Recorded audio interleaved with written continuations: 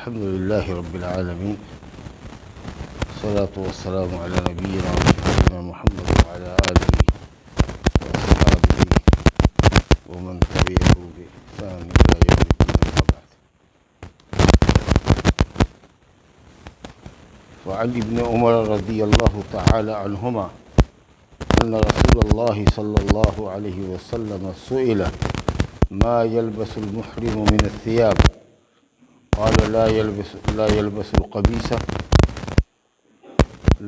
القبيس ولا العمائم ولا السراويلات ولا البرانس ولا الخفاف إلا أحد لا يجد نعلين فليلبس الخفين وليقطعهما أسفل من الكعبين، ولا تلبسوا شيئا من الثياب مسه الزعفران ولا تلبسوا شيئا من الثياب مسه الزعفران ولا الورس، متفق علیہ واللفظ لمسلم۔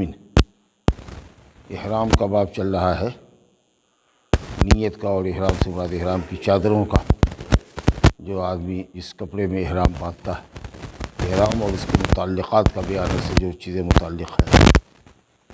تو اس میں ان کپڑوں کا بیان ہے جو محرم حالت احرام میں نہیں پہن سکتا، کیسے احرام باندھنا چاہیے یا کس طرح کے کپڑے میں محرم کو احرام میں ہونا چاہیے، اس کا ذکر ہے۔ حضرت عبداللہ بن عمر رضی اللہ عنہما فرماتے ہیں کہ بے شک رسول اللہ صلی اللہ علیہ وسلم سے سوال کیا گیا کہ محرم کپڑوں میں کون سا کپڑا پہنے، کیسا کپڑا پہنے، حالت احرام میں جو آدمی عمرہ یا حج کرنے جا رہا ہے وہ کس طرح کا کپڑا پہنے۔ تو نبی صلی اللہ علیہ وسلم نے کیا نہ پہنے اس کا ذکر کیا، کیا پہنے اس کا ذکر نہیں کیا۔ حالانکہ بظاہر یہ لگ رہا ہے کہ پوچھا گیا کیا پہنے، تو کیا پہنے وہ بتانا چاہیے، لیکن آپ نے بتایا کہ کیا نہ پہنے۔ اس میں بڑی بلاغت ہے، کیونکہ نہ پہنے جانے والے کپڑے 3-4 ہی ہیں، کل ملا کے 5 ہے، اس کے علاوہ جتنی چیزیں ہیں سب پہنے۔ تو اگر کہتے یہ پہنو یہ پہنو یہ پہنو یہ پہنو تو اس کی کوئی حد نہ رہتی۔ تو کیا نہ پہنو، اس سے جواب مل گیا کہ جس چیز سے منع کیا گیا ہے اس کے علاوہ جو ہے سب آپ کے لیے حلال ہے، پہنی۔ تو بہترین جواب ہے اختصار کے ساتھ۔ تو آپ نے فرمایا کہ محرم لا یلبس القمیص، قمیص نہیں پہنے گا۔ اب قمیص میں جیسی بھی قمیص ہو جو بدن کے حساب سے سلی جاتی ہے، جس میں آستین بنا ہوتا ہے، گردن کٹی ہوتی ہے جس میں ہم پہنتے ہیں، چاہے وہ ہمارا کرتا ہو جو ہندوستان میں ہم پہنتے ہیں، یا عربی کا جو کرتا ہوتا ہے گردن سے لے کر کے پاؤں تک کا ہوتا ہے، یا اسی طریقے سے آپ کا شرٹ ہے، کسی کا ٹی شرٹ ہے، جو بدن کے حساب سے سلا جاتا ہے وہ چیز آپ کو نہیں پہنی ہے جسم کے اوپری حصے۔ تو قمیص میں یہ ہو گیا۔ ولا العمائم، اور امامہ نہ باندھے، امامہ پگڑی نہ باندھے، ٹوپی نہ پہنے، چادر نہ ڈالے، تولیہ نہ رکھے، رومال نہ رکھے، عربی سے جو غترہ رکھتا ہے لال سفید والا وہ نہ رکھے، گویا سر اس کا کھلا رہنا چاہیے۔ اور فرمایا ولا سراویلات، سروال کی جمع، پائجامہ نہ پہنے، جس میں دونوں پاؤں گھساتے ہیں اس طرح کی چیز نہیں ہونی چاہیے، چاہے وہ پورا پائجامہ ہو یا ہاف ہو یا 3/4 ہو، کسی طرح کا پائجامہ جس میں دونوں قدم گھساتے ہیں وہ محرم نہ پہنے۔ سیدھا بیٹھیے، داہنے ہاتھ پر ٹیک لگائیے۔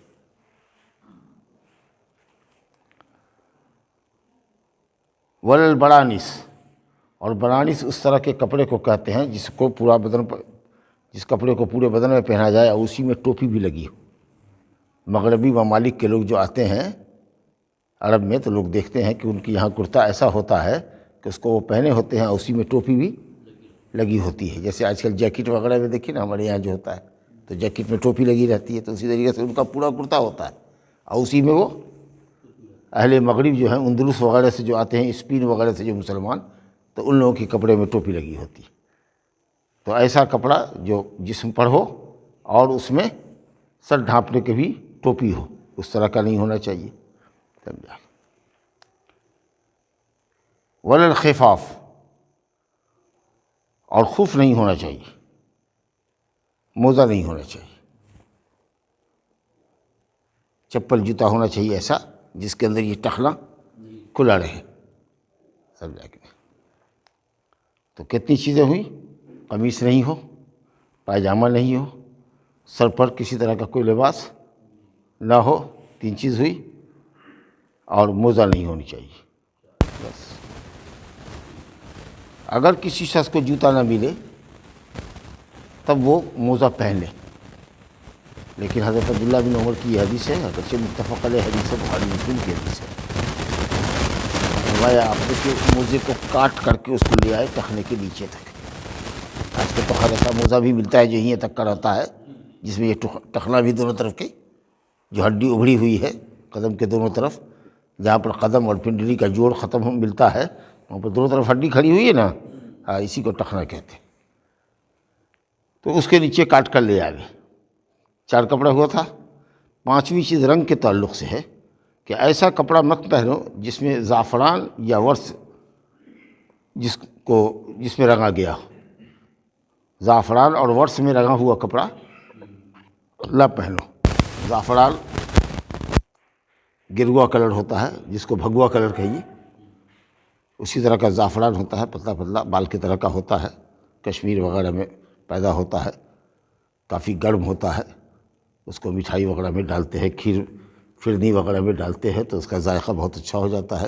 اس کی چائے پیتے ہیں، قہوہ پیتے ہیں، بہت مہنگی چیز ہے. تو اس کے رنگ میں اگر رکھتے ہیں تو گروا رنگ نہیں پہننا ہے، رنگ کی وجہ سے اور اس وجہ سے کہ اس میں خوشبو بھی بہت اچھی ہوتی.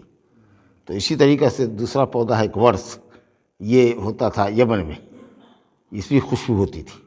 تو اس طرح کے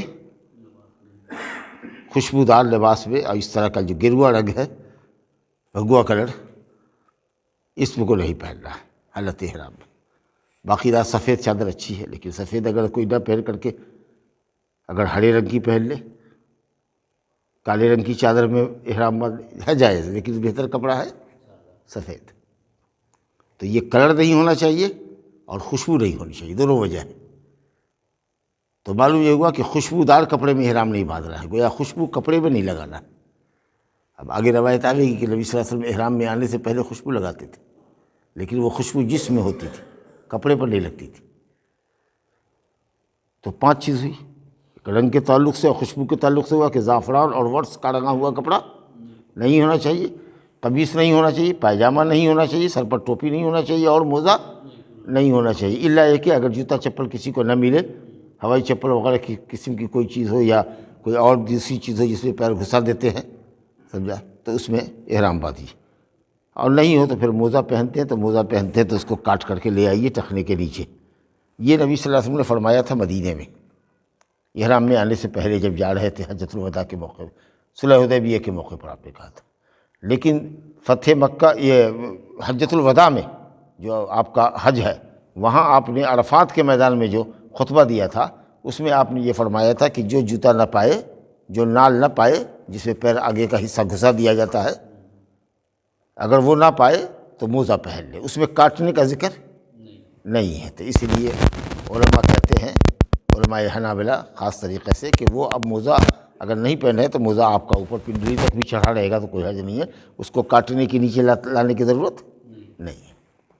اور اسی طریقے سے آپ نے فرمایا کہ جو کوئی لنگی نہ پائے، لنگی ملے ہی نہیں بازار میں، حالانکہ یہ تو بات کہنے کی ہے، تو سب چیز ملتا ہے، لیکن اگر ازار نہ ملے، چادر 2 چادر ہونی چاہیے، اس کو لپیٹ لے کمر کے اندر، اور ایک چادر ہو جس کو بدن پہ ڈال لیں، سر کھلا رہنا چاہیے. اگر کسی کو ازار نہ ملے، لنگی نہ ملے، تو وہ پائجامہ پہن سکتا ہے.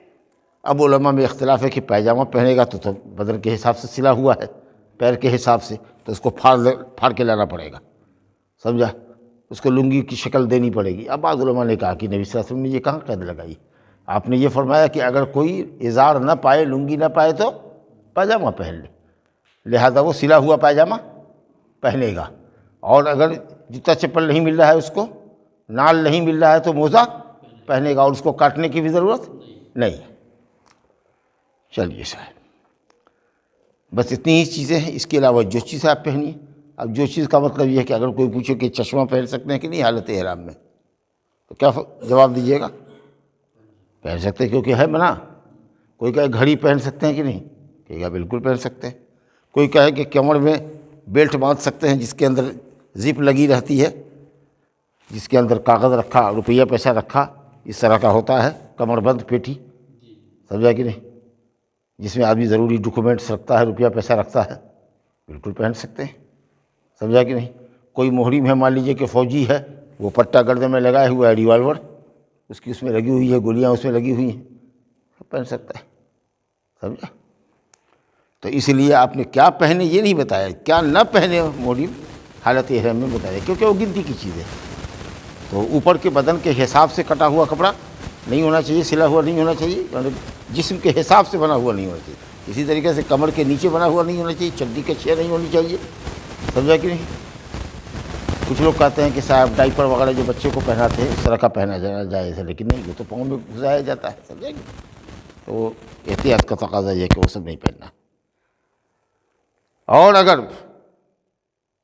کرتا کوئی پہنتا ہے جاہلاً، مسئلہ سے واقفیت نہیں ہے، تو جیسے کوئی کہہ کیا پہنے ہوئے حالت احرام میں ایسا، تو فوراً ہی اتارے وہ، انشاءاللہ کوئی فدیہ نہیں ہوگا، جاہل ہے وہ، یا بھول چک کر کے سر کو ڈھانپ لیا اور پھر یاد آیا تو فوراً ہی سر کو اس نے کھول لیا، کوئی فدیہ نہیں۔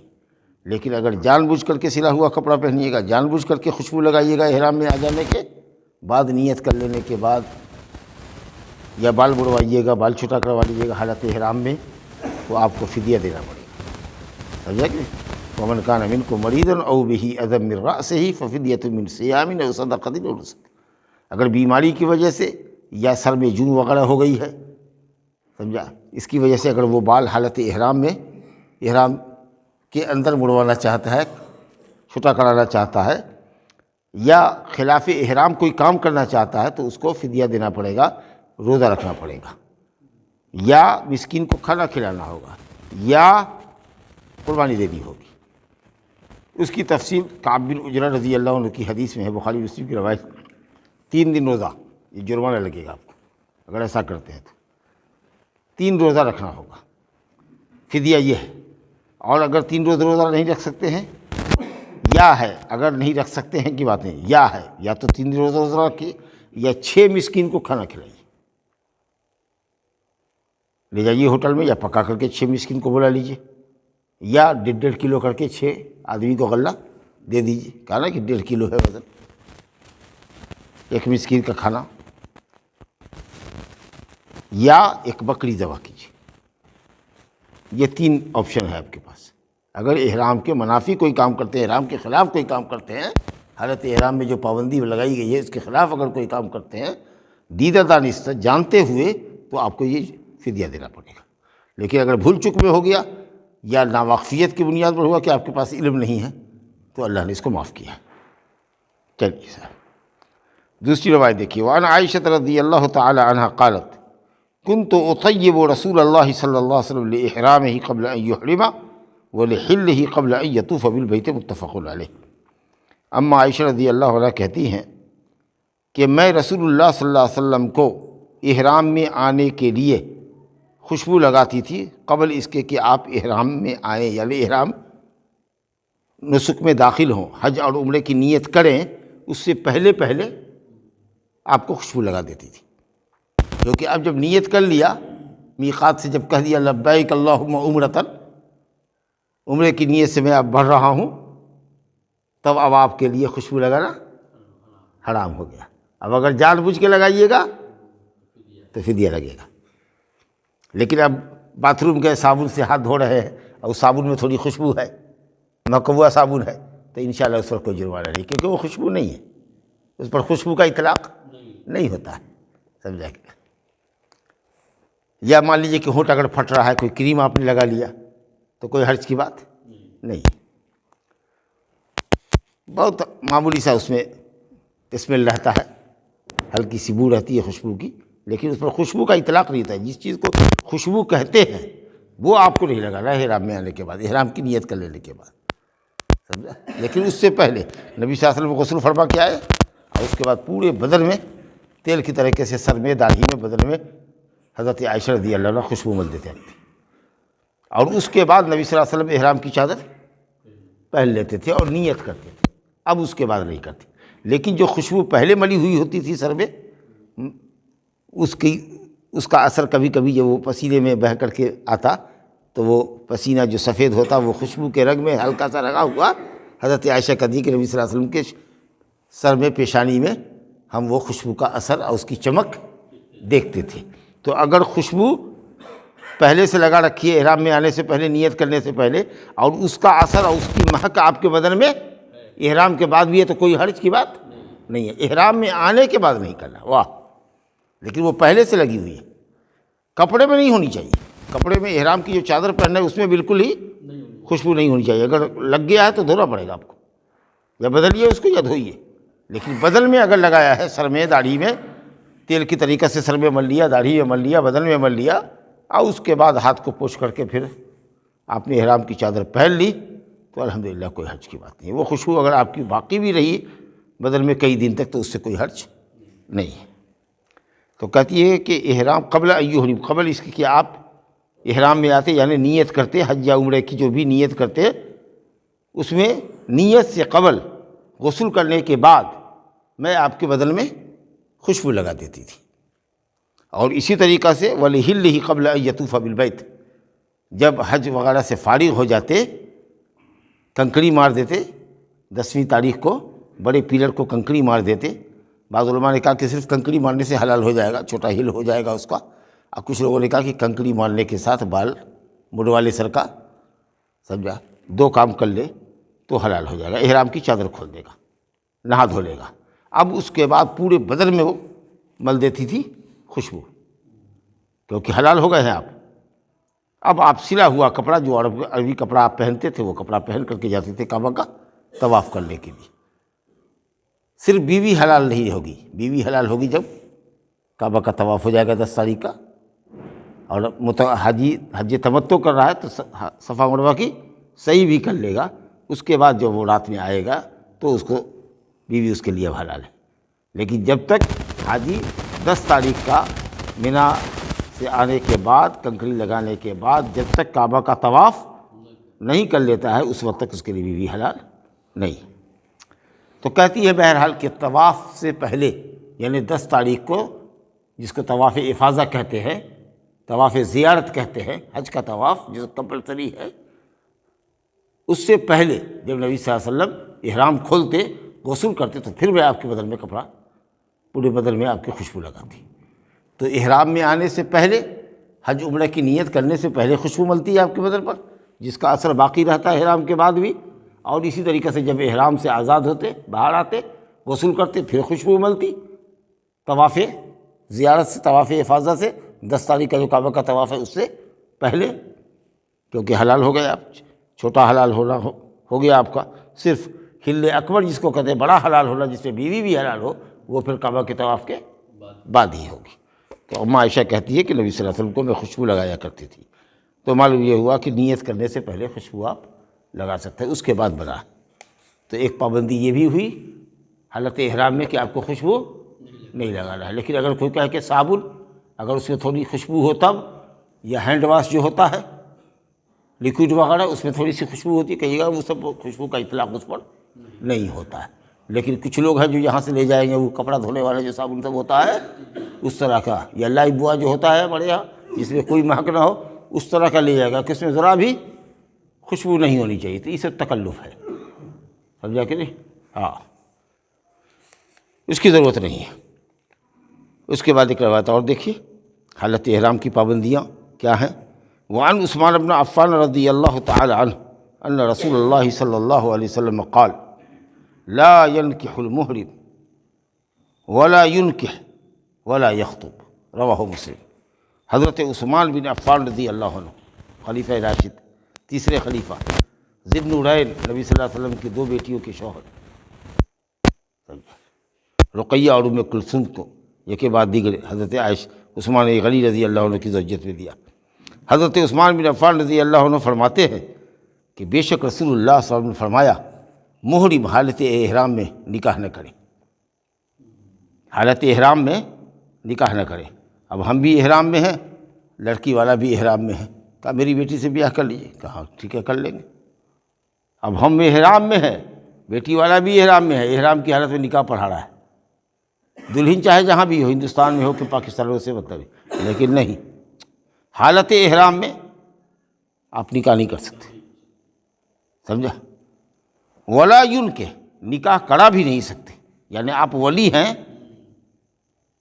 لڑکا لڑکی ہے، وہ دونوں محرم نہیں ہے، لیکن لڑکی کا باپ لڑکے کے باپ سے کہہ رہا ہے کہ میری بیٹی کی تمہارے بیٹے سے شادی کر لو، تو ٹھیک ہے نکاح پڑھوا دو۔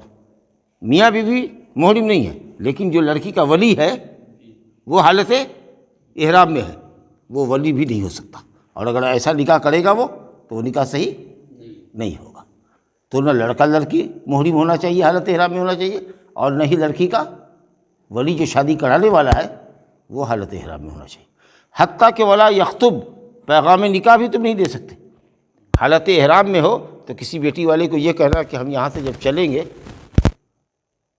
تو میں اپنا رشتہ آپ کی بیٹی پر پیش کرتا ہوں، آپ کے اوپر پیش کرتا ہوں، اپنی بیٹی سے میرا نکاح کرا دیجئے، آپ یہ بھی پیغام نہیں دے سکتے۔ دیکھیے حالت احرام میں جمع اور جمع کے جو اسباب ہیں، شادی کا سبب ہوتا ہے پیغام دینا، عقد ہوتا ہے، نکاح ہوتا ہے، بیوی سے ملنے کا سبب، پھر آدمی ملتا ہے، تو بیوی سے ملنا تو بہت دور کی بات، یہاں شادی بیاہ کرنے، کرانے، نکاح پڑھنے پڑھانے اور ولی کی حیثیت سے بیٹی کی ولایت کرنے میں کہ ٹھیک ہے میری بیٹی کا نکاح پڑھا دیجئے، لڑکی محرم نہیں ہے، لڑکا بھی محرم نہیں ہے، حالت احرام میں باپ محرم ہے، وہ ولی بھی نہیں بن سکتا ہے۔ تو ایک پابندی یہ بھی ہے کہ حالت احرام میں نہیں ہو، اور بیوی ساتھ ہو یا کوئی نہیں ہو تو بھی جمع کی باتیں، شہوت کی باتیں، خواہشات نفس کی باتیں حالت احرام میں نہیں کر سکتے، نہیں کرنا ہے آپ کو۔ تو ایک پابندی یہ بھی ہوئی کہ کچھ تو کپڑے کے تعلق سے آپ نے سنا، قمیص نہیں پہن سکتے، پاجامہ نہیں پہن سکتے، امامہ ٹوپی نہیں پہن سکتے، اور ورس و زعفران کا رنگا ہوا کپڑا نہیں پہن سکتے، موزہ نہیں پہن سکتے، الا یہ کہ جوتا نہ ملے یا ازار نہ ملے تو پاجامہ پہن سکتے ہیں، اور اس کو کاٹنے کی پھاڑنے کی ضرورت نہیں۔ ایک تو یہ بات ہو گئی۔ حالت احرام میں آ جانے کے بعد، نیت کر لینے کے بعد، عمرہ حج کی نیت کرنے کے بعد خوشبو نہیں لگا سکتے ہیں، خوشبودار صابن اور وہ واش جو ہے ہینڈ واش وغیرہ، اس میں کوئی حرج کی بات نہیں ہے۔ اور ایک چیز اور یہ ہو گئی کہ حالت احرام میں لڑکا لڑکی نکاح نہیں کر سکتا، ملنا ملانا دور کی بات ہے، کہ اگر احرام میں کرے گا، مجامعت کرے گا تو احرام میں فاسد، سمجھا کہ نہیں؟ اسے پھر اس کو لوٹ کے آنا پڑے گا، دوبارہ سے کرنا ہوگا اس کو۔ لیکن صرف نکاح جو نام ہے ایجاب و قبول کا، وہ بھی نہیں کرنا ہے، اور نہ ولی کی حیثیت سے آپ شادی کرا سکتے اگر آپ محرم ہیں تو، بلکہ پیغام نکاح بھی نہیں دیا جا سکتا ہے۔ رشتے کی بات ہی کچھ مت کیجیے، یہاں سے جب چلیں گے احرام سے واپس جب ہوں گے، حج میں لوٹیں گے تو راستے میں گفتگو کریں گے، سمجھا کہ؟ اب آئیے ایک شرط اور دیکھیے کیا ہے حالت احرام میں۔ ابو قتادہ انصاری رضی اللہ عنہ سے روایت ہے، ذرا غور سے سنیے۔ فی قصۃ صیدہ الحمار الوحشی وهو غیر محرم قال فقال رسول اللہ لاصحابہ وكانوا محرمین هل منکم احد امرہ او اشار الیہ بشیء قالوا لا قال فکلوا ما بقی من لحمہ متفق علیہ۔ ابو قتادہ انصاری رضی اللہ عنہ کہتے ہیں فی قصۃ صیدہ الحمار الوحشی، اپنے اس قصے میں جس میں انہوں نے ایک نیل گائے کو شکار کیا تھا اور وہ غیر محرم تھے، حالت احرام میں نہیں تھے، تو انہوں نے نبی صلی اللہ علیہ وسلم سے جب ذکر کیا کہ ہم نے ایک نیل گائے کا شکار کیا، میں محرم نہیں تھا، میں نے شکار کیا، ان لوگوں کو دے رہے ہیں کھانے کے لیے تو کھاتے ہی نہیں، یا کچھ لوگ اس میں کہ ہیں جو کہتے نہیں ہم لوگ محرم ہیں، شکار کا جانور نہیں کھائیں گے۔ تو آپ نے صحابہ کرام سے پوچھا کہ کیا تم میں سے کسی نے شکار کرنے کا حکم دیا تھا اس کو؟ کہا نہیں۔ کہا کہ اشارہ کیا تھا، میرے بھی شکار اشارہ کیا تھا؟ کہا نہ، یہ سب بھی نہیں کیا تھا۔ کسی طرح کی کوئی مدد شکار کرنے پر؟ کہا نہ، بالکل نہیں۔ اس نے خود شکار دیکھا، اپنا شکار دوڑایا، حتیٰ کہ ان کا کوڑا گر گیا یا نیزہ گر گیا تو کہا دے دو، تو لوگوں نے کہا نہیں نہیں، ہم موری میں ہم نہیں دے سکتے۔ چنانچہ ان کو گھوڑے سے اترنا پڑا، اپنا نیزہ لے کے یا کوڑا لے کر پھر دوبارہ چڑھنا پڑا، اور اس کے بعد اپنے گھوڑے کو دوڑایا نیل گائے کے پیچھے، اور جاتے گھوڑ سواری کرتے ہوئے اتنے نشانہ باز سے کہ مارا جو نیزہ پھینک کر کے بس وہ جسم کے آڑ پاڑ کر دیا، پیوست کر دیا، مطلب بس دھڑام سے وہ نیل گائے گر گئی۔ اس کے بعد پکڑا، اس کو بسم اللہ اکبر ذبح کیا۔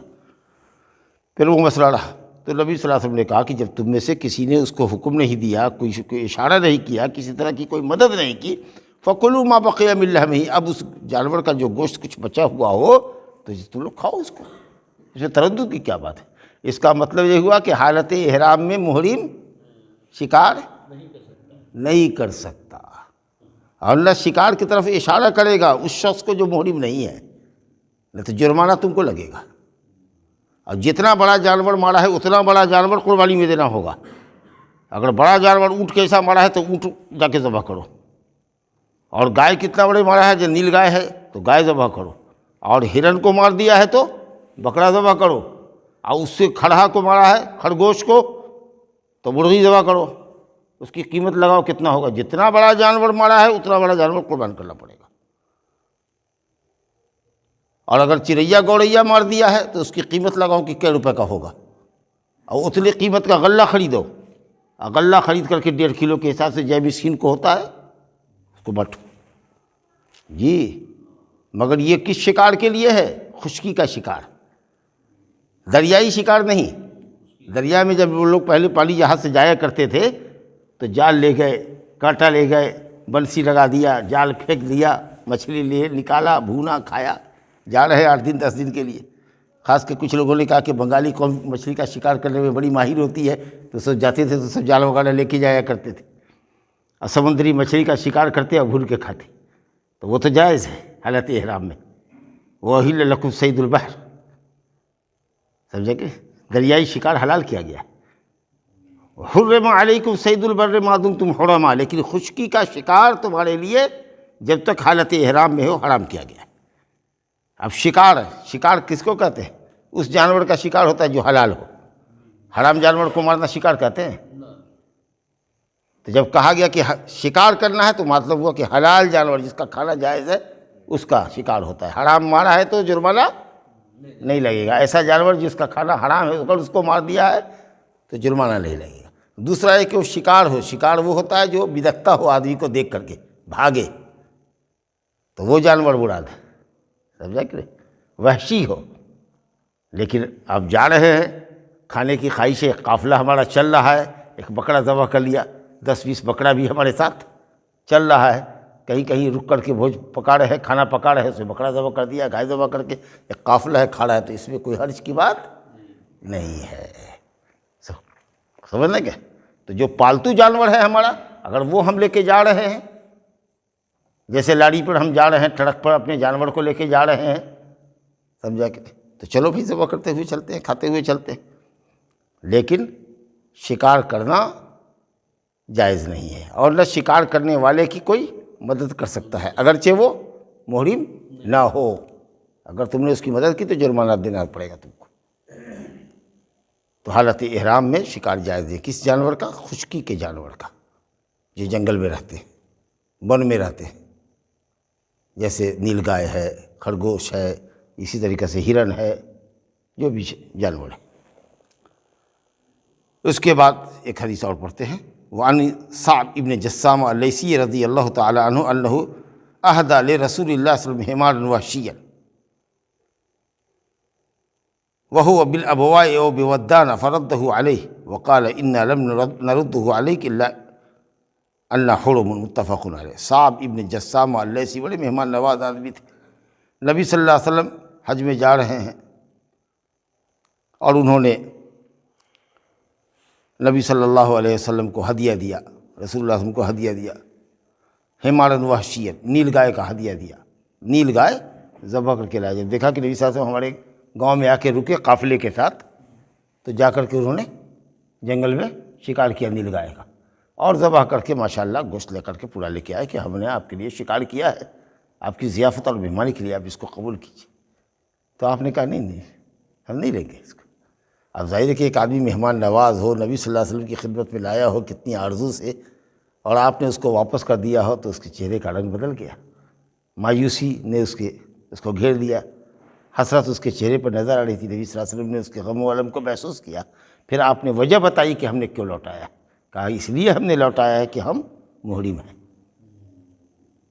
تو آپ کہیے گا کہ آپ نے شکار تو نہیں کیا تھا، شکار پر آپ نے حکم نہیں کیا تھا، شکار کرنے پر آپ نے کوئی مدد بھی نہیں کیا تھا، لیکن یہاں کیوں حرام ہو گیا؟